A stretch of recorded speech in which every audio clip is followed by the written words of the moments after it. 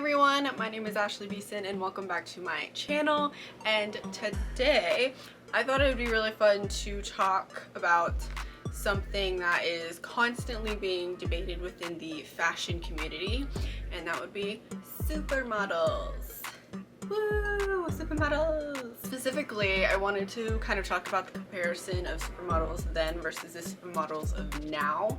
And you know, there's always the constant debate of whether or not the models now can be considered supermodels, if they still exist or if they don't exist, if they're as good as their predecessors, that kind of thing. And you know, I think that kind of goes to the industry has naturally evolved and changed, and it brings up a pretty interesting debate for fashion industry people and fashion lovers. So I thought it would be fun to talk about the supers and how the industry has changed, the way that supermodels are actually a part of the industry now, and kind of how the supermodel itself has also changed. So without further ado, let's get into it.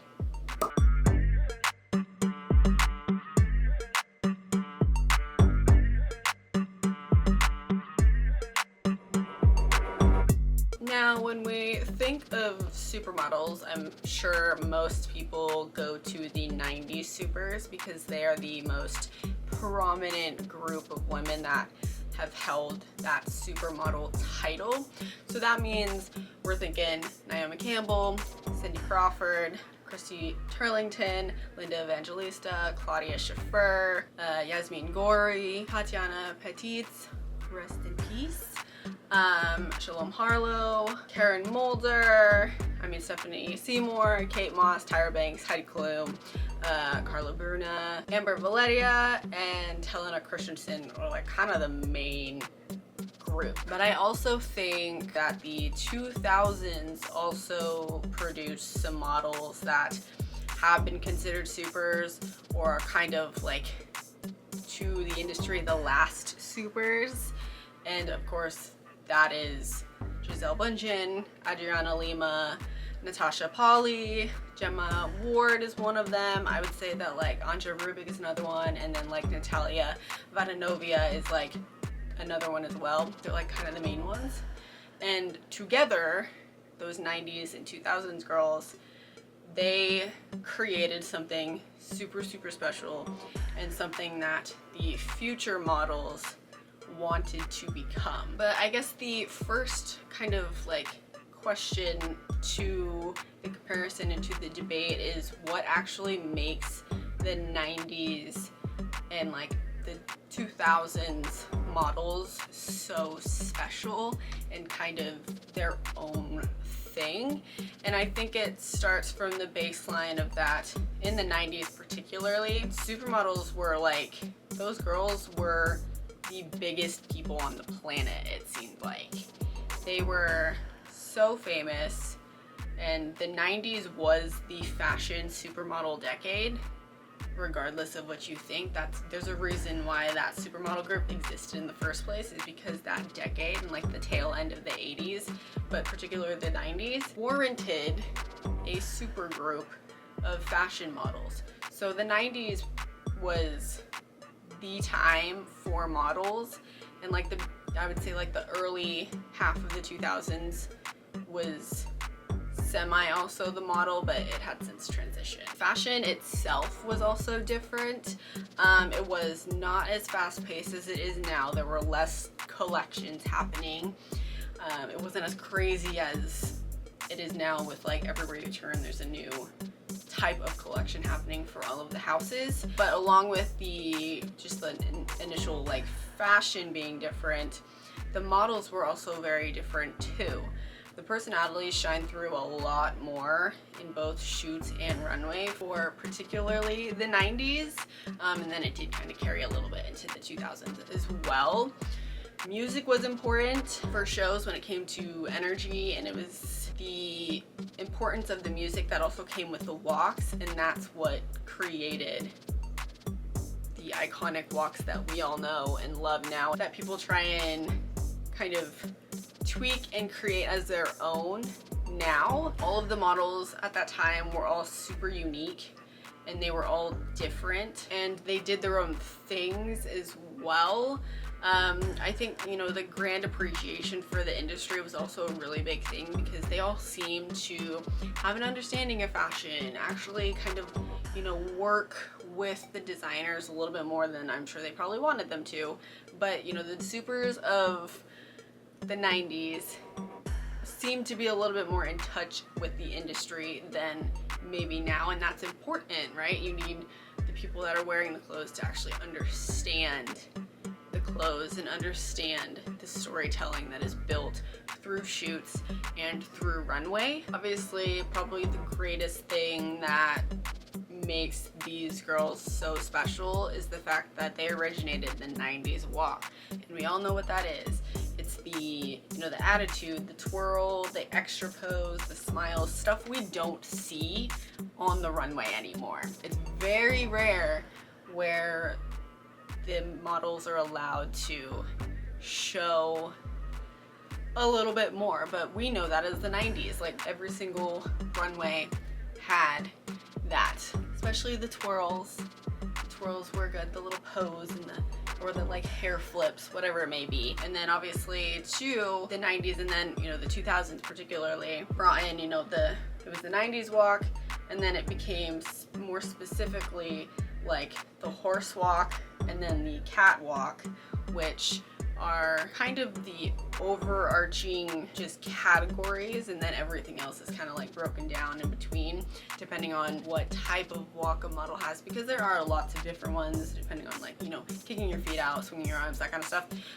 But those came from the 90s and the 2000s, and people just take the models that they like, kind of maybe mush them together and come up with their own style. So that's important when what made you so special dictates the future forever and ever and ever. And I think too, when you have the collection of the best runways ever, the 90s and the 2000s, you warrant being special because your walks are the best, you know? It's not rocket science. But I think too, with the 90s and 2000s, what makes them special is, and this is also a combination of just them being special in time, but the top 10 most Vogue covers by models, they are all a part of either the 90s or the 2000s. No one else, the 80s, 70s, 60s, you know, the 2010s, right now, it is the 90s and the 2000s that are the top 10 for Vogue covers. And that's what makes them supermodels. And that's what makes them so special, because they are the greatest. Because they will forever be the people that young girls or young people that want to be models, they'll look to them and be like, I want to walk just like her. And then they'll kind of construct their walk around different models. That's what makes them so special, and that's what makes them supermodels. Claudia Schiffer did an interview with Vogue back in 2017 talking about kind of the then and now, and I think it's a really interesting quote and kind of perspective from, of course, one of them, and you know, especially coming from Claudia Schiffer, who is one of the greatest supermodels ever and was the Chanel muse for Karl Lagerfeld. Like, she was his muse. So it's interesting hearing her perspective. And so her quote that I pulled from it is this. Basically, the supermodels always had something they wanted to say about anything and everything. No, I don't want to wear that. Can I wear another dress? I don't want to wear these shoes. Don't want to be in this position. Am I the first one out at the fashion show? Am I wearing the wedding dress? Why not? We were always very involved. I'm sure the designers and photographers would have preferred we say nothing, but we wanted to have a say in everything. And I think that's why we all learned quite a lot. I think what's really different nowadays is the much faster pace. It makes it more difficult. I've read some interviews where models are described as supermodels of the moment, you have to work so much harder, I think, in comparison. And that says a lot about how, you know, supermodels have evolved and how the industry just naturally evolves over time with different generations and things like that. And so hearing her say that, it's very relevant to what I think is apparent with the supermodel debate and that question of supers. Do they still exist? Who knows? A supermodel of a moment is quite an interesting thing to say, because that comment doesn't actually make them a supermodel if it's only for a moment. The breed of supermodels that the 90s and the 2000s produced is of course super unique, and I think that is why people do debate on these current models, because generations will of course have their own supers, but it's such a heated debate because people have maybe very specific perceptions of what a super actually is. But in that case, like, what is the debate actually? What are people talking about, or what are they looking for? What is it that makes this supermodel debate a debate to begin with? For context, the debate has actually been going on for a really long time, basically this entire century so far, because the turn of the century, going into the 2000s, the supermodel was actually dying, and it did have a death because the supermodels were being swapped out for like actors and, you know, pop stars, and the true like celebrity was taking into focus. That didn't mean that it fully wiped out supermodels, but in terms of who was being seen the most, they were definitely being taken out of the context when it came to covers and just regular advertising for campaigns and things like that. Fashion houses and magazines like Vogue and Harper's, they wanted the big celebrity versus the fashion model. And when that happened in like somewhere in the 2000s, that is when this debate of whether or not the supermodel existed still, or like if it did, who was it? The idea of the supermodel definitely was up for interpretation at that point and moving forward, and that is where we started to see the shift in how supermodels were portrayed, what they actually were maybe, and it all kind of just comes down to the idea of moving in and out of trend and then just evolutionary things. But it is important to note that just because models were being replaced with, you know, celebrities, I guess, on covers and stuff like that, that didn't translate to the runway, of course. There was still a very supermodel-like energy on the runway. It wasn't the 90s energy, it was the 2000s version of it, because we still had people who you could consider supermodels, just like that little different 2000s version on the runway. And so it didn't fully disappear with the death of the supermodel, arguably, but it did definitely change. And to understand supermodel, the general definition is essentially someone that is on all of the covers all over the world at the same time. They are the person that is everywhere, the biggest and most famous name in fashion, and they probably also get paid the most. Like, they are just like the epitome of the fashion industry when it comes to faces, and like not obviously including fashion houses or any of those types of people, particularly just like they're who you think of because you want to see this person on the cover, you want to see this person open or close a show. Like, these are the people. So like the supermodel is just the epitome of any sort of model because you see them absolutely everywhere. But what the definition of supermodel should also be, outside of just being the biggest name in fashion, is having a skill set and a talent for runway and for being in front of a camera.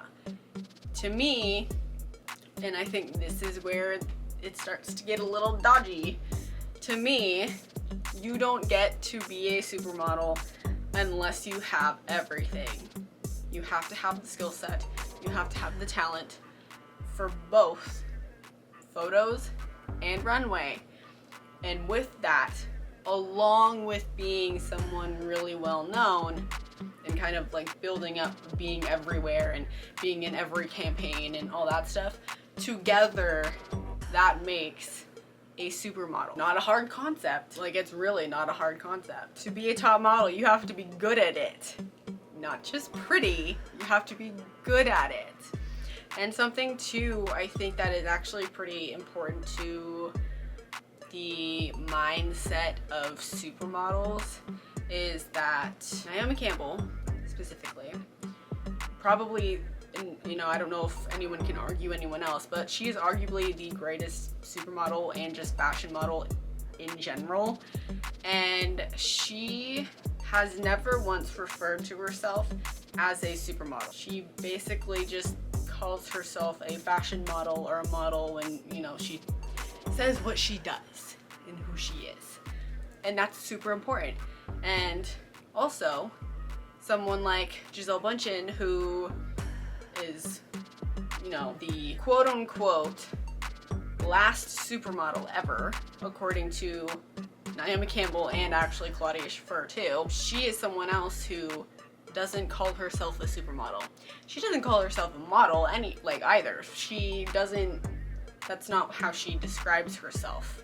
And I think that's super important, especially in today's world, where if you acknowledge yourself as something greater than you potentially are, you probably aren't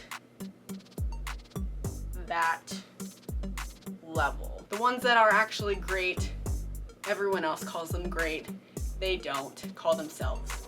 And the people that aren't actually that great put themselves up that pedestal and call themselves that, which means they probably aren't. I think that's actually an important little side note for supermodels, because they know they are great.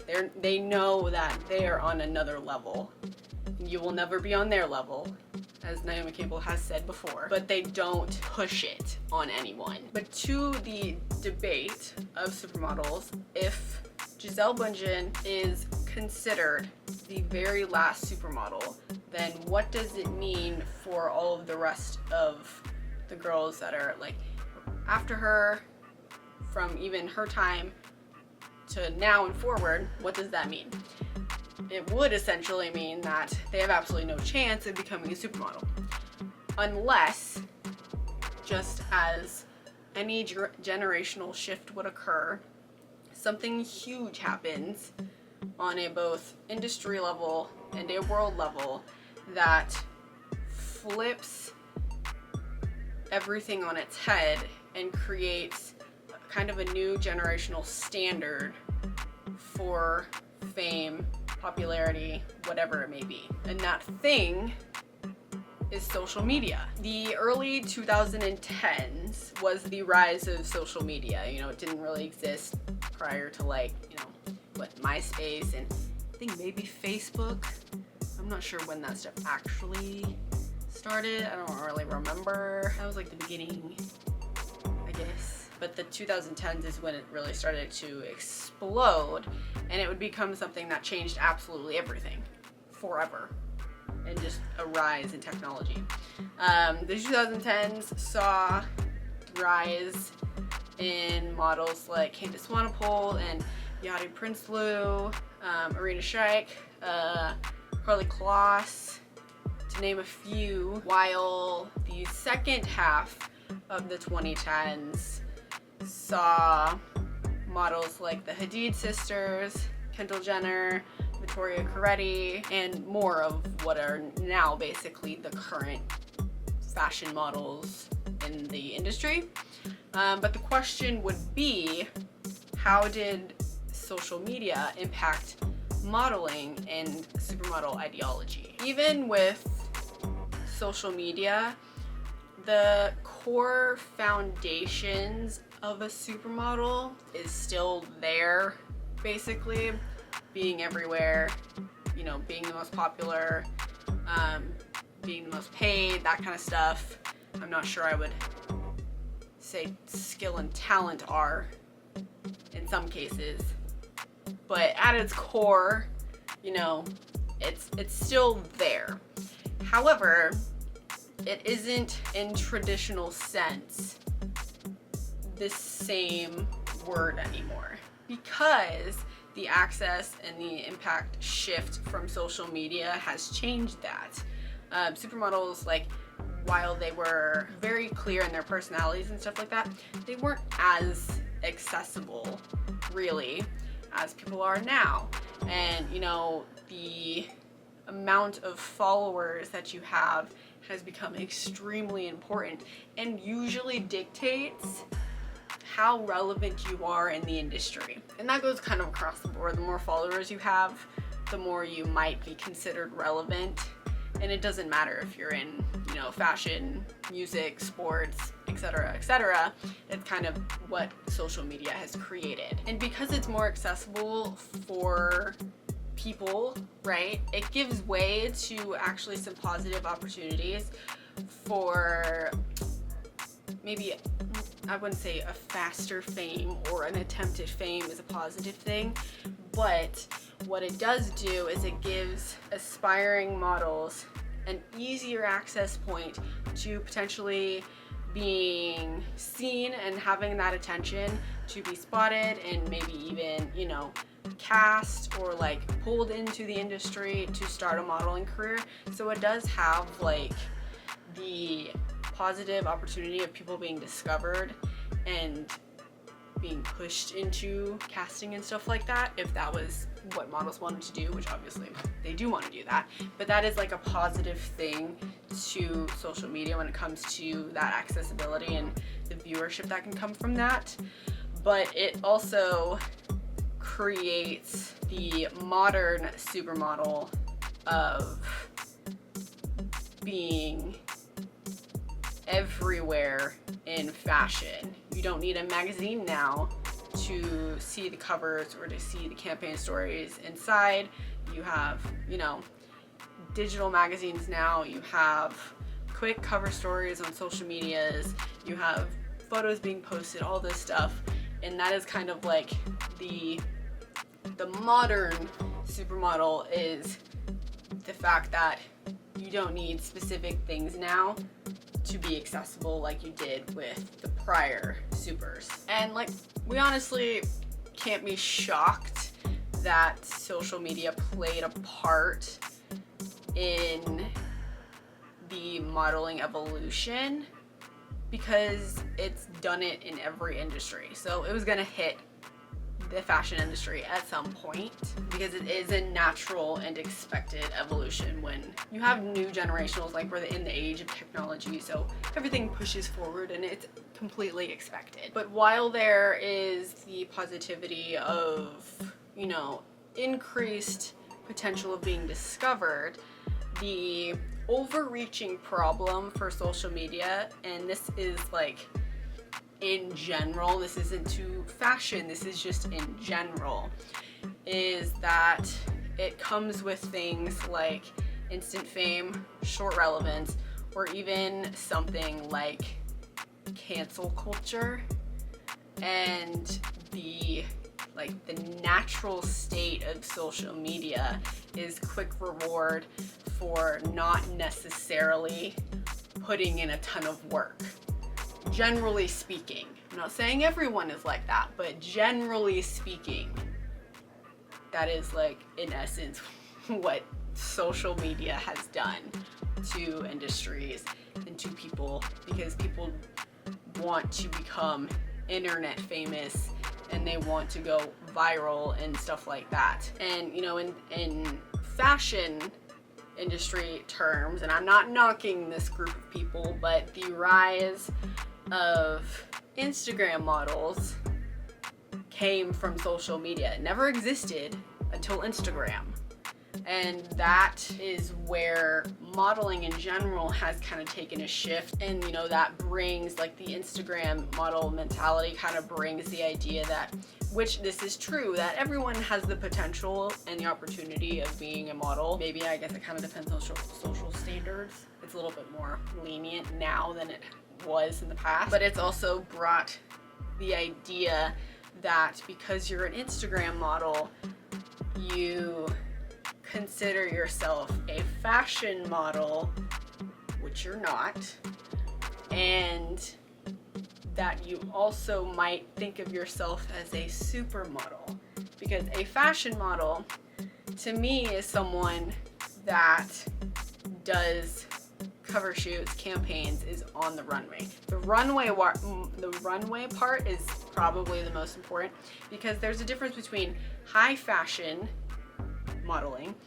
and like commercial modeling, and fashion modeling is high fashion modeling. Runways, covers, campaigns, that's what a fashion model is. And if you're an Instagram model that doesn't do any of those things, you're not a fashion model. Sorry. But the supermodel thing is kind of funny, because, you know, there's always been the mentality that people think it's easy to be a model, or that it's not very hard to take a picture or walk straight in on a runway. But in the wise words of Shalom Harlow, to quote her, okay, there's definitely a talent and a craft to it, modeling specifically, and just being able to point an iPhone and take a selfie does not make you a supermodel. Sorry, not sorry.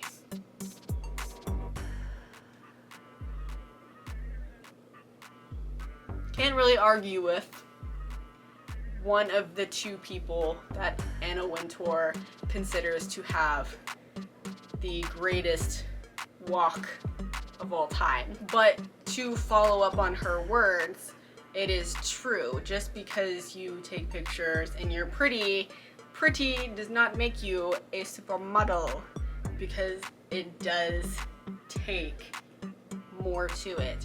Back to the idea that you can't just be known to people and have a pretty face. You also need skill and talent to be a supermodel. And to piggyback off of what I just kind of been saying, you know, social media as a platform is for being seen and for being seen everywhere, right?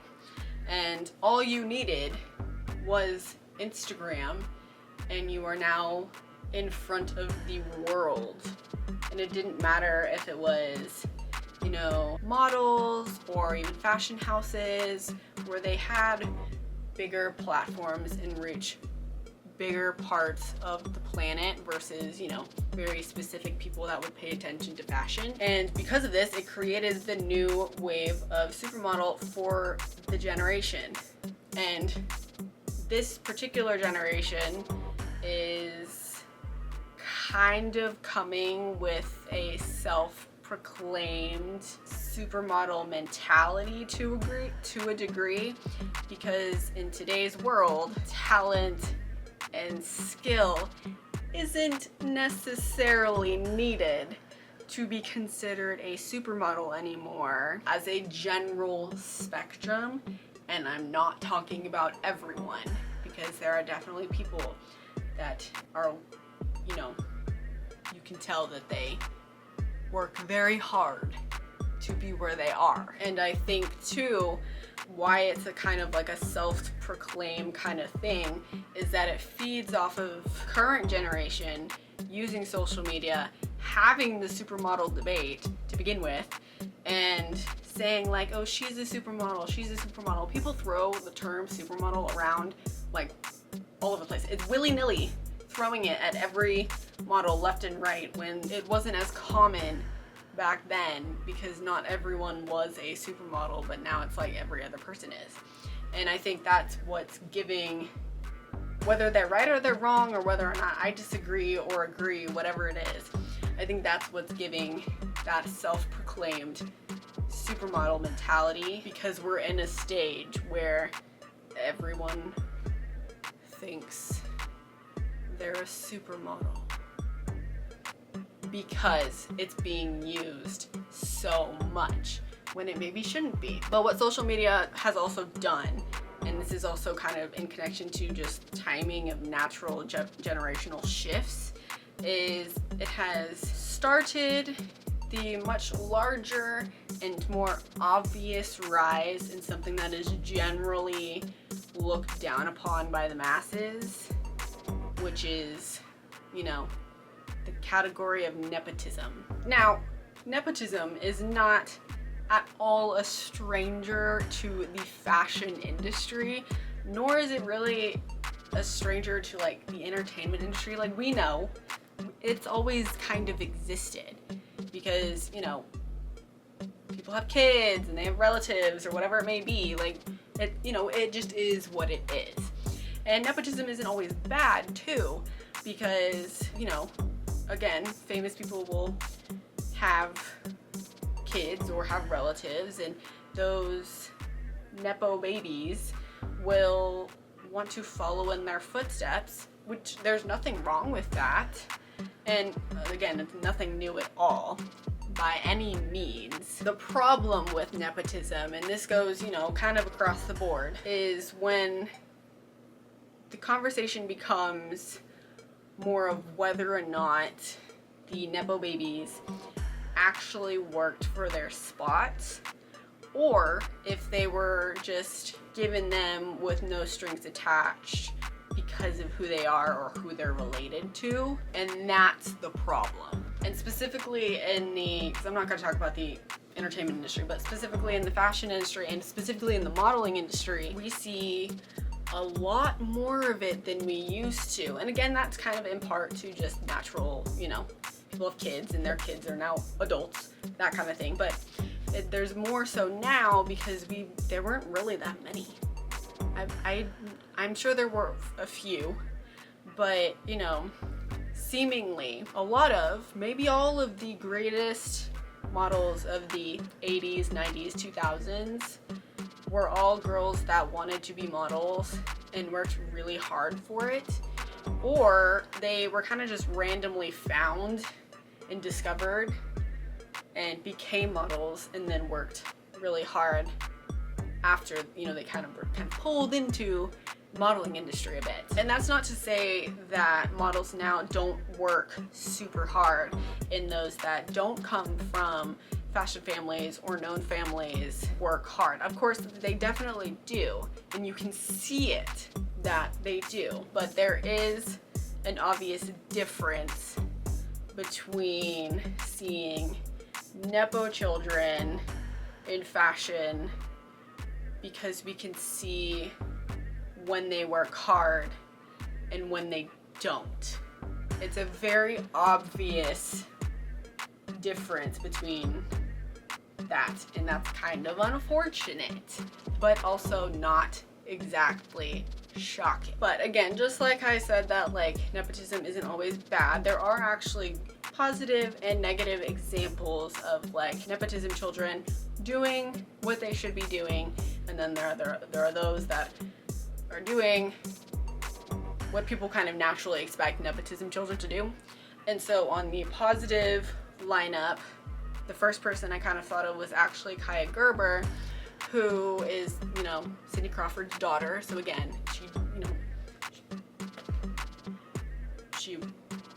there was potential for her wanting to be a model and follow in her mom's footsteps, which she ended up doing. But Kai is a really good example of someone that, yes, she has the advantage of having a supermodel mom, but she actually worked to create a walk, to create a presence for photos, and to do all these things. And she has a great walk. I think she does a really good job on the runway. I think she does a really good job with photos and campaigns and things like that. You know, I think she's a good example of, yes, you may have someone who's actually in the industry and one of the biggest names in the modeling industry, but you don't take that for granted and you actually use it and build your skill set and build your talent, and you become worthy of actually being a part of the industry. and Kaya did that. So Kaya Gerber is a really good example of that. And then two other examples that kind of, you know, showed the progression are both of the Hadid sisters, Gigi and Bella.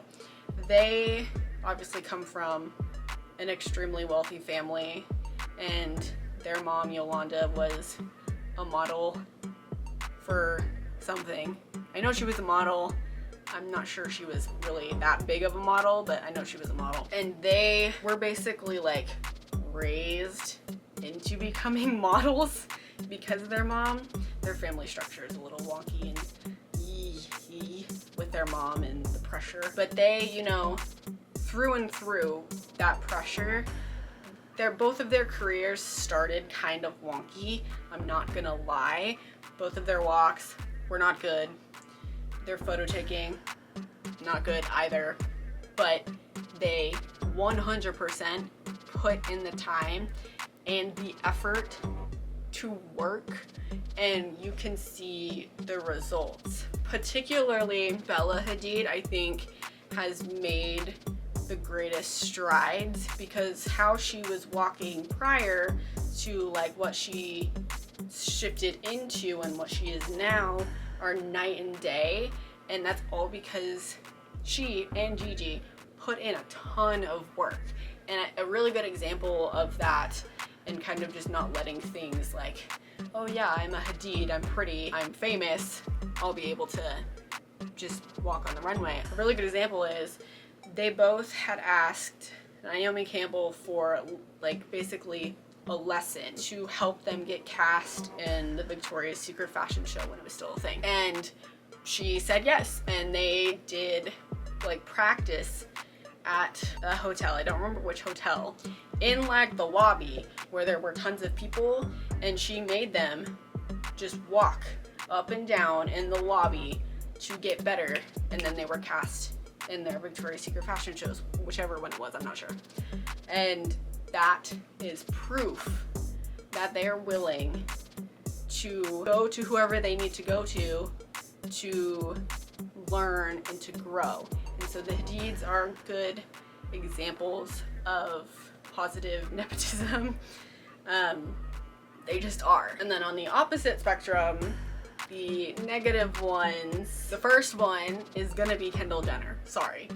She's tricky because her family, right? We all know that her mom, Kris Jenner, will pull whatever strings to get her daughters in places that they want to be in. We already know this. And so that's kind of, you know, strike one with just kind of steamrolling everyone else kind of thing. But from a modeling perspective, I'm not sure, I don't remember when she started modeling, and she started bad. Sorry. But the problem is that she relies too much on her being pretty, which she is. I can't argue that she's not pretty. And the fact that she is a Kardashian Jenner. Because she took too long, several years, I'm talking like 7, maybe 8 years, to make an improvement in her runway walk. And that's really bad, because if you look at everyone else in the industry, they kind of have quicker turnarounds. They have like maybe 2, maybe 3 years, depending on how many times they get casted for a season, because that's all that really contributes to you getting better. Is you need to be casted more, you need to be part of more seasons. Like during each season, you should, you kind of need to have more runway opportunities to kind of get your feel, get through your kind of awkwardness and figure out what works for you and that kind of thing. But when it takes you like more than that, 7 years maybe, I'm not sure exactly, to make a small improvement, there's something wrong there. There is something deeply wrong there. And even now, like, she doesn't have a very good walk. And it's funny though, because I think I know she thinks she does, and I know people think that she does, and that's their opinion. But to me, she, like, from her minimal improvement and then to now is not much different. It really isn't, and it's not good. And then on the photo taking side of things, I'm not sure she has an understanding of telling stories, because all of her photos look the exact same. It's like you could lay out different photos from like different cover stories or campaigns, whatever it may be, and she looks basically the same in every single one. It's boring, and it does not tell the good story of the talent that supermodels have, because there is an art to it, and I just don't think she has it. So there's strike 2, and that's kind of a big strike because it's what your job is. And then the third strike is kind of just her natural commentary to modeling, and her kind of tone deaf moments that she's had. And I'm sure this happened a few years ago, and I'm sure everyone still remembers it probably, where she was doing an interview and she talked about how she traveled all over the world for castings and stuff like that. Obviously not everyone can do that, so there's one. And then she talked about how she picks and chooses which shows she wants to walk in, and she only does like maybe 30 shows a season. All the other models don't get to pick their shows, and they're doing close to maybe 70 to 90 shows a season. But she gets to pick and choose because of who she is. It's a very kind of, it's honestly very disrespectful.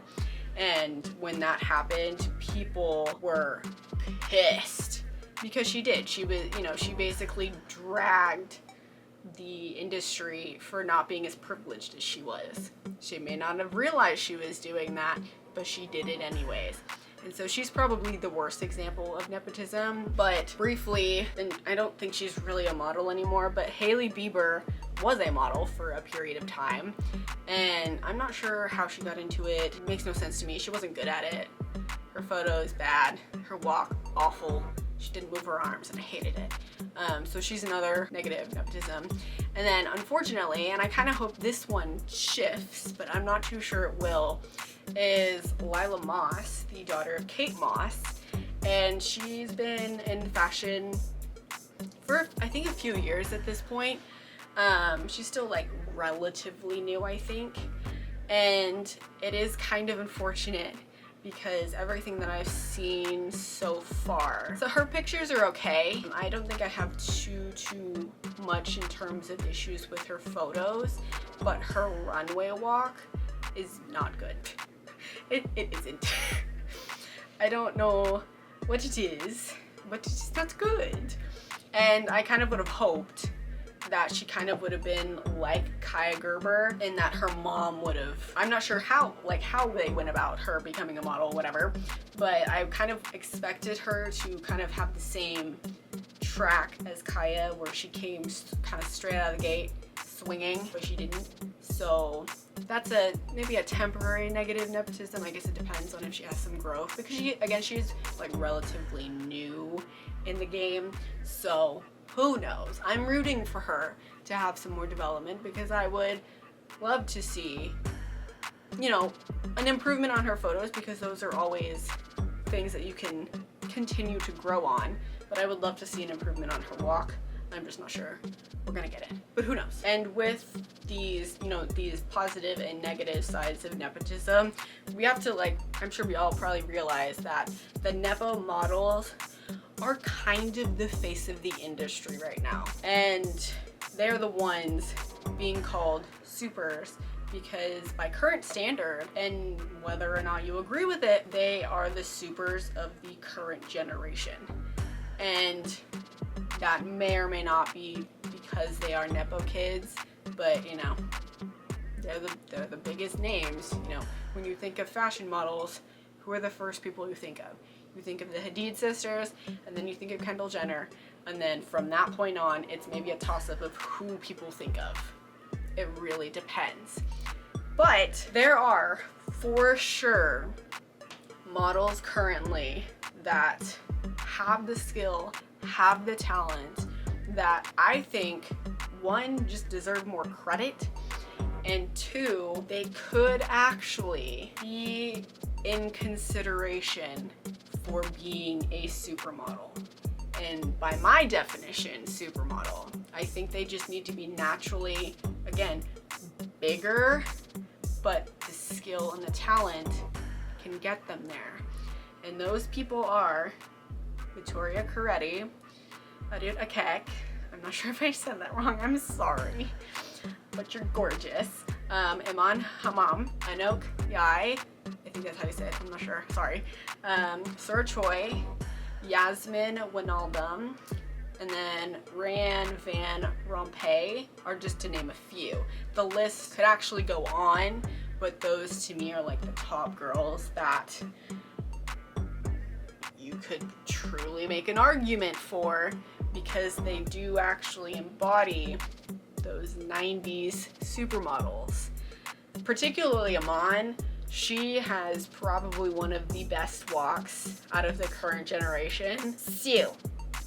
But again, the list can go on, and there are many models that have great photo skills and great runway skills that quite frankly are better than some of these bigger, more popular models. And I will continue to root for them and hope that they grow and that they get more of the recognition that they so sorely deserve, because they do. They deserve it. They have the skill set, they've got the talent, they're good at photos, they're good at runway. Hello, you are the line to being a top model, one, which some of them probably are considered, but being that supermodel. And at the end of the day, I don't think the debate will ever go away, because as future fashion generations come and go, there will always be the same thing of kind of setting the new standard for what a supermodel is, and who knows what that will be. Just like past generations and even current generations continue to debate about who was the very first supermodel or supermodels. So, you know, like the concept of the super is always going to evolve with the times that it's currently a part of, and that is what makes the debate so interesting. People will always have kind of their perceptions of what a supermodel may be, and that may not always be a generational standard, just like mine kind of isn't. I'm very attached to the 90s and the 2000s, and I'm very particular about the girls that I like now. So, sorry, but I think that's what makes the debate to begin with, and why it'll continue, because everyone will have their opinion. People will always disagree or agree on something, and there will always be just that natural shift of what supermodels or just models in general will be and what they will be considered to society. And regardless of when it is or if we agree, the ones dubbed supermodels will be the ones that will never be forgotten, and that is what makes them supers, because they will be a part of history, they will be a part of fashion history, and there will always be some reminder of why they were what they were in the industry. And that's why I love the topic. You know, supermodels are such an interesting and extremely important part of the fashion industry. And so it's always interesting to, you know, think about them and to kind of debate about them and dissect them a little bit, and to go back and see what made them great or what currently makes them great, or what they did for the industry, that kind of thing. That's what makes this topic so fun to talk about, and why I absolutely love it. And with that, we've reached the end of the video. Supermodels versus supermodels, I guess you could say. I would love to know what you think about it. What is your viewpoint on the supermodel debate? Do you disagree? Do you agree? I would love to just hear some perspectives, or who you think is a supermodel now, who you think the greatest supermodel was. Who knows? I would just love to hear it. And so, thank you for watching. I hope you enjoyed. Don't forget to like and subscribe, and I will see you in the next one. Bye!